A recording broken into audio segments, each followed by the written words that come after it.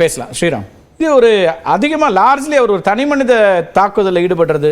ஏற்கனவே பப்புன்னு சொன்னீங்க, இன்னைக்கு மீண்டும் குழந்தைத்தனமான பேச்சுன்னெலாம் சொல்லி அதிகமான நேரத்தை அவருக்கு எடுத்துக்கிட்டதுலேருந்தே ராகுல் காந்தியோட பேச்சு உங்களை ரொம்ப அசைச்சு பார்த்துருக்கு, அல்லது பிரதமர் ரொம்ப அதில் ரேட்டில் ஆகிட்டார் அப்படின்னு பார்க்க வேண்டியிருக்கா? அதுதான் இவங்க வைக்கிறாங்க. இல்லை, இன்றைக்கி இந்தி கூட்டணியில் எல்லாரும் கான்ஸ்டியூஷன் புக்கை வீட்டில் வச்சுட்டு வந்துட்டாங்கன்னு நினைக்கிறேன். அவங்க பதவி பிரமாணத்துக்கு மட்டும் மறக்காமல் எடுத்துன்னு வந்தாங்க. இன்னைக்கு பிரதமரும் கான்ஸ்டிடியூஷனை மதிச்சு தான் அப்பப்போ ஷோக்கு ஃபேஷனுக்கு எடுத்துன்னு வருவாங்க இந்திய கூட்டணி. இன்னைக்கு அதை மறந்துட்டாங்க. ஏன்னா பிரதமர் பேசுறத பேச்சை கேட்கறது கூட அவ்வளோ பயம் அந்த ஒரு வெக்கம் பேசுவாரு, அசிங்கமா இருக்குமே, அதனால அந்த ஒரு வெக்கம் வந்துச்சு இல்ல, அதனால அவர் எப்படியாவது பேச விடக்கூடாதுன்ற ஒரு இதுதான்.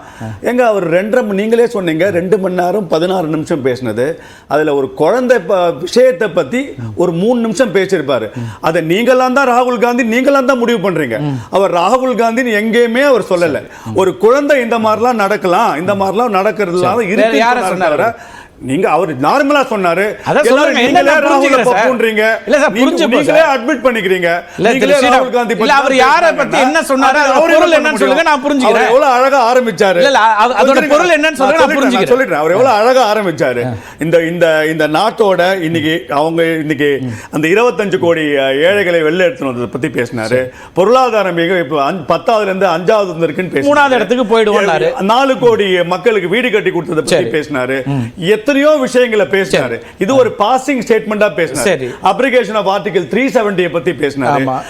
அரசியலமைப்பு சட்டத்தின் மேல் மதிப்பு வைத்தவர்கள் அந்த மக்களுக்கு இதை நீங்க கொடுக்காம அதை அநீதி பண்ணீங்கன்னு பேசினாரு.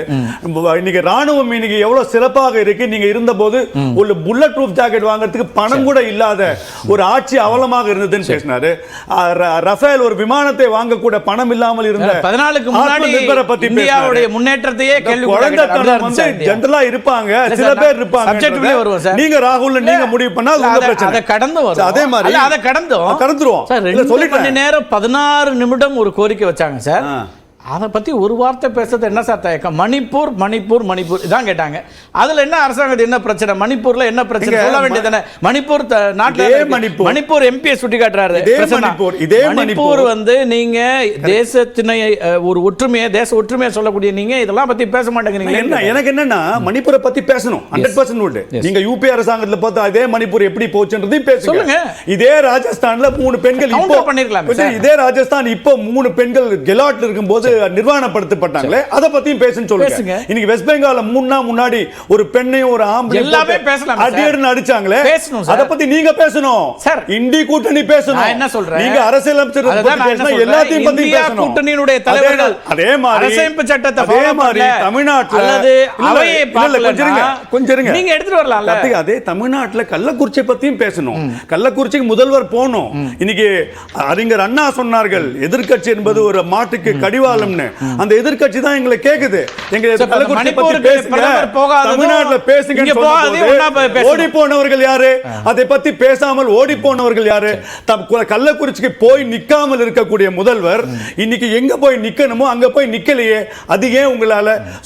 உங்களுக்கு இதுதான் என்னோட பாயிண்ட். என்னன்னா, உங்களுக்கு வரும்போது ஜனநாயகம் சட்டமன்றங்களுக்கு ஆண்டால் நாங்கள் ஆண்டால் எல்லாம் சிறப்பு, மிச்சவர்கள் ஆண்டால் எல்லாம் தவறு. இந்த மனப்பான்மையை நீங்க எடுங்க.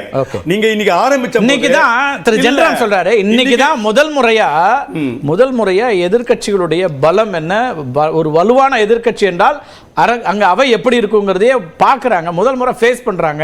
அது அவங்களுக்கு சிக்கலா இருக்கு அப்படி. அதெல்லாம் இவங்களோட சந்தோஷங்க. 10 வருஷமா சொல்லிட்டு இருக்கீங்க, மோடி பயந்துட்டாரு, ராகுல பார்த்து பயந்துட்டாரு, எங்கெங்க பயந்தாரு. இன்னைக்கும் கடைசியில் இன்னைக்கு ஸ்டேட்மெண்ட் கேட்டீங்களா, இந்த மாதிரி கத்தி கூச்சல் போட்டாலாம் இந்த மோடி பயப்பட மாட்டான், இக்னோர் பண்ணிருக்கணும். என்ன சொல்றேன் சார், இந்த ஆட்சியை செய்வான், இக்னோர் பண்ணிருக்கணும். நீங்க வந்து இன்னைக்கு உங்களுக்கு இருக்கிற வாய்ப்புல நீங்க இக்னோர் பண்றீங்க. நான் என்ன சொல்றேன் சார், நான் எதிர்க்கட்சி தலைவர் எதிர்க்கட்சி தலைவர் விமர்சனத்தை வைக்கிறாரு. உங்ககிட்ட இருக்கக்கூடிய அமைச்சரவை சகாக்கள் திரு அமித்ஷால தொடங்கி ராஜ்நாத் சிங்ல தொடங்கி எல்லாருமே இருக்காங்கல்ல, அவங்க எவ்வளவு பேர் வேணாலும் எல்லா விமர்சனங்களும் வச்சிருக்க முடியும். பிரதமர் அப்படின்னு ஒரு பொசிஷன் வரும்போது அவருடைய பேச்சு என்ன அப்படின்னு தான் ஜென்ரம் கேட்கிறார். அவருக்கான ஒரு இடத்துல இருந்து போய் சொல்றாரு ராகுல் காந்தி, அப்புறம் உடனே மாத்திக்கிறாரு. இல்ல எம்எஸ்பி கொடுக்குறாங்கன்னா நாங்க லீகல் கேரண்டி கேட்கிறோம்னு. இதே லீகல் கேரண்டி யூபி அரசாங்கத்தில் அவருடைய மினிஸ்டர் கே.ஏ. தாமஸ் அவர்கள் லீகல் கேரண்டி கொடுக்க முடியாதுன்னு பேசினவர். இதே ராகுல் காந்தி 2014 ஜாதிவாரி கணக்கெடுப்பை எதிர்த்தவர். கர்நாடகாவில் இவங்க ஆட்சியில் இருந்த போது 100 கோடி ரூபாய் செலவழிச்சு ஜாதிவாரி கணக்கை எடுத்துட்டு உங்களால வெளிப்படை விடாம நீங்க வந்து தடுத்த இவர்கள் இன்னைக்கு ஜாதிவாரி கணக்கு தான் இன்னைக்கு நாட்டுக்கு முக்கியம் பேசுறவர்கள். எந்த வன்மத்தை வைத்துக் கொண்டு அவர்கள் பேசுறத பத்தி மோடி அவர்கள் சொல்றாரு. பொய் சொல்வதை சொல்வதில் தவறு இல்லை. நீங்கள் உங்களுக்கு வேணுங்கிற போது அக்னிவீர்ல இருந்தால் 1 லட்சம் பொய் சொல்றாரு. டிஃபென்ஸ் மினிஸ்டர் எந்திரிச்ச உடனே 1 கோடி ரூபாய் கொடுக்கப்படுகிறதுன்னு சொல்றாரு. உங்கள் உண்மைக்கு புறம்பாக நீங்கள் பொய்யையே சொல்லிக் கொண்டிருந்தால் சனாதனத்தை பத்தி தவறாக பேசுவது இன்னைக்கு இந்த டெங்கு மலேரியா பத்தி கூட தான் பிரதமர் யாரை பத்தி சொன்னாரு அவரு? யாருங்க யாரை பத்தி சொன்னாரு? யாரெல்லாம் சொன்னாங்களோ அவங்கள பத்தி தான் சொன்னாங்க. அதுல என்ன பிரச்சனை? இந்தி கூட்டணி எனக்கு ஒண்ணே புரியல சார். அவை கூட்டணி சார் மக்களவையில மதத்தை எப்படி பேசலாம்? என்னத்துக்கு பூடகமா பேசணும்? என்ன தப்பு இருக்கு? மக்களவையில பூடகமா பேச வேண்டிய என்ன? அது பிரதமர் நேரா சொல்லலாமே. அதுல என்ன சிக்கல் இருக்கு? நீங்க வந்து அவர் ராகுல் காந்தியை சொல்லல, நீங்க தான் புரிஞ்சுக்கிட்டீங்கங்கறீங்க. அப்புறம் யாரோ ஒருத்தர் கொசு அடிச்சாரு அல்லது இது மாதிரி அப்படின்னு சொன்னாரு. சனாதன பத்தி அப்புறம் என்னத்துக்கு சொல்லணும் சார்? அது என்ன அதுக்கு இன்டர்பிரேஷன்? ஆனா நீங்க தான் ராகுல் காந்தியை சொன்னாருன்றீங்க. அவர் சொல்லலன்னு சொன்னேன், பேர் குறிப்பிடலன்னு சொன்னேன். ஆனால் டெங்கு கொசு மசேலை அடிப்பது யார் என்பது உலகத்துக்கு தெரியும். அவர் என்ன கேக்குறாரு? குழந்தைத்தனமாக சில பேர் எதிர்க்கட்சி தலைவர் நேரடியா பிரதமர் மோடின்னு சொல்லி பேசுறாரு. அப்படி எதிர்க்கட்சி தலைவர் பேசும்போது பிரதமர் மோடி பேர் தான் சொல்லி சொல்றாரு, அவங்க அரசுன்னு சொல்றாரு. ஆனா அவருக்கு நேரடியா எங்க தலைவரை பத்தி பேசுறதுக்கு என்ன அச்சம் இருக்குன்னு கேக்குறாரு. பேசலன்றார் தலைவர். காங்கிரஸ் பேசலன்றார். காங்கிரஸ் பத்தி பேசுறாரு. காங்கிரஸ்னாலே உங்க தலைவர் தானேங்க, எல்லாரும் தானேங்க. இல்ல ரோஹல் தனி காங்கிரஸ். அந்த மாணவர் யாருன்னு சொல்லுவீங்களா? குழந்தை எனக்கு தெரியாதுங்க, உலகத்துக்கு தெரியும். எனக்கு யாரை வச்சு சொன்னார்னு எனக்கு தெரியாது. உலகத்துக்கே தெரிஞ்சது ஸ்ரீராமுக்கு தெரியலன்னா என்ன விமர்சகர்னு கேட்றாங்க. அப்படி சொல்ல முடியாது. உங்களுக்கு தான் எல்லாமே தெரியும். பல மாணவர்கள் இருக்காங்க, அதனால நான் அப்படி யோசிக்கிறேன். அவ்வளவுதான் திரு ஜென்ராம். இல்ல ஒரு அது தாண்டி தேர்தல் வெற்றி அதெல்லாம் பற்றியும் பேசுறாரு பிரதமர் மோடி. அப்ப அதுல ஒரு லாஜிக் இருக்குல்ல. நீங்க காங்கிரஸ் கட்சி 13 மாநிலத்தில் இல்லைங்க இன்னைக்கு. அப்புறம் நீங்க தொடர்ச்சியா தோல்விகளை சந்திக்கிறீங்க. இதுதான் உங்களுடைய நிலைமை அப்படின்னு ஒரு பாயிண்ட் சொல்றாரு. அப்ப இப்படி தான் இருக்கும்போது உங்க ரியாக்ஷன்லாம் இருக்கும்போது மக்கள் ஏற்பு என்னைக்கு வரப்போறது? இன்னும் நேரா சொல்றாரு, ராகுல் காந்தியால என்னைக்குமே ஆட்சி பொறுப்புக்கு வர முடியாதுங்கிற ஒரு விமர்சனம். 84ல 2 சீட்ல இருந்தது பாரதிய ஜனதா கட்சி. எதுவுமே பேசுறதுக்கு உரிமை இல்லாதவர்களாக அவங்க இருந்தாங்களா? அவங்க அரசியல் பேசல. அந்த 2 பேர் வந்தவங்க நாடாளுமன்றத்தில் அரசியல் பேசல, காங்கிரஸ் கட்சியினுடைய தவறுகளை விமர்சித்து பேசல. 2 சீட்டு ஜெயிச்சான், 99 சீட்டில் ஜெயிச்சான், இரட்டை இலக்கத்தில் இருந்தான், 3 இலக்கம் கூட வரல. அப்படின்னா அவனுக்கு எதுவுமே பேசுறதுக்கு உரிமை கிடையாதா? அவங்க புழு மாதிரி காலில் போட்டு மிதிப்பாங்களா? என்ன ஜனநாயகத்தில் இருக்கிறது? என்டி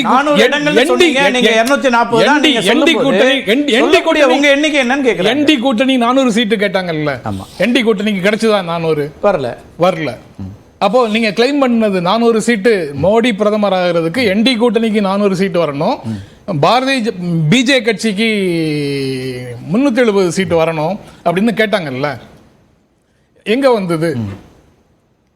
அவங்க கிளைம் பண்ண மாதிரி மக்கள் அவங்களுக்கு சீட் கொடுத்தாங்களா? ஆனா ஆட்சிக்கு வந்திருக்கிறார்ல, 3வது முறை அவர்தான ஆட்சி, அவர்தான பிரதமர்னு சொல்லியிருக்காங்க. நீங்க 10 ஆண்டுகள்ல 2014க்கு அப்புறம் தான் இந்தியாவே வளர்ந்திருக்குது. ஆமா, அதான் சொல்றேன். அவ்வளவு பெரிய வளர்ச்சிக்கு காரணமாக இருந்த பல்வேறு சாதனைகளை நிகழ்த்திய உங்களுக்கு மெஜாரிட்டி கூட கொடுக்கிறதுக்கு இந்திய மக்கள் தயாராக இல்லைன்னா என்ன கிளைம் பண்றீங்க? சாதனை சாதிச்சிட்டோம். இந்தியா கூட்டணி பொய்களை பரப்பி உண்மைக்கு மாறான கருத்துக்களை சொல்லி எங்களுடைய எண்ணிக்கையை குறைச்சிட்டாங்க. அதுல மக்கள் சில பெண்கள் அவங்க எல்லாம் ஏமாற்றப்பட்டாங்கிறார் வாக்காளர்கள்.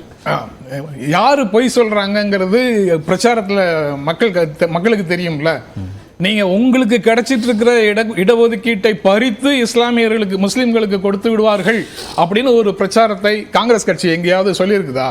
காங்கிரஸ் அப்படி செய்யும் அப்படிங்கிற ஒரு பொய்யை யார் சொன்னது மக்கள் மத்தியில? 2 எருமை வச்சிருந்தா ஒரு எருமையை தூக்கி முஸ்லீமுக்கு கொடுத்துருவாங்கங்கிற ஒரு ரீடிஸ்ட்ரிபியூஷனுக்கு ஒரு புது விளக்கத்தை கொடுத்து ஒரு பொய்யை சொன்னது மக்கள் மத்தியில பிரச்சாரம் செய்தது யாரு? பயங்கரவாதம்ங்கிற சொல்லையே நேற்று ராகுல் காந்தி நாடாளுமன்றத்துக்குள்ள பயன்படுத்தல. ஆனா அவர் இந்துக்களை பயங்கரவாதிகள்னு சொன்னாருன்னு ஒரு பொய்யை வெளியில சொல்றது யாரு? அதுக்கப்புறம் நிறைய இருக்கு. நீக்கியவை அவை குறிப்பிலிருந்து நீக்கிய விஷயத்துக்கு அவ்வளவுக்கும் இன்னைக்கு பிரதமர் பதில் சொல்றாருன்னா அப்ப சபாநாயகருக்கும் நாடாளுமன்ற செயல்பாட்டுக்கும் என்ன மரியாதை கொடுக்கிறோம்? இல்ல அப்படி என்ன கருத்து அவர் சொல்றாரு?